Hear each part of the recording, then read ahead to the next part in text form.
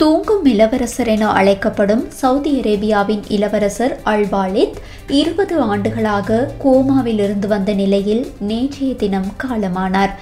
பிரித்தானிய நாட்டில் லண்டன் நகரில் இராணுவ பயிற்சிக்காக படித்து வந்த அவர் 2005ஆம் ஆண்டு நடந்த கார் விபத்தில் சிக்கினார்.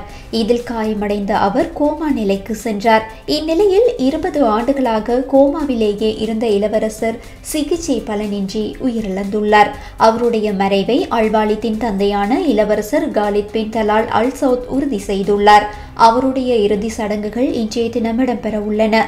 இன்றைய தினம் முதல் 22ஆம் தேதி வரையிலான 3 நாட்களுக்கு பொதுமக்கள் அஞ்சலி செலுத்த அனுமதி அளிக்கப்பட உள்ளது. இதற்காக அல்பக்ரியா மாவட்டத்தில் உள்ள அரண்மனையில் உடல் வைக்கப்படும். ஆண்கள் இரங்கல் தெரிவிக்க செல்வதற்கு அனுமதி அளிக்கப்படும். பெண்கள் மஹ்ரிப் தொழுகையை முடித்து இரங்கல் தெரிவிக்க செல்லலாம்.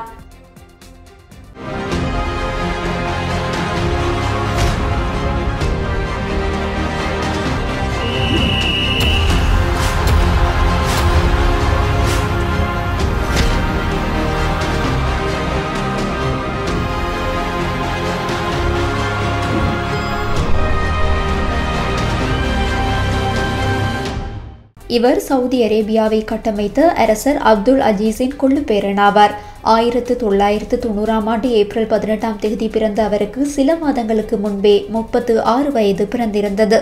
உயிர்காக்கும் ஆதரவு சிகிச்சையுடன் இருந்தபோது சில சமயங்களில் இளவரசரிடம் அசைவு ஏற்பட்டிருந்தது. இதனால் இளவரசர் குணமடைந்து விடுவார் என்ற நம்பிக்கையும் இருந்தது. இதற்காக அவருடைய தந்தை காத்திருந்த போதிலும் சிகிச்சை பலனின்றி அவர் மரணமடைந்துள்ளார். இதனால் அந்நாட்டு மக்கள் ஆழ்ந்த கவலையில் உள்ளனர்.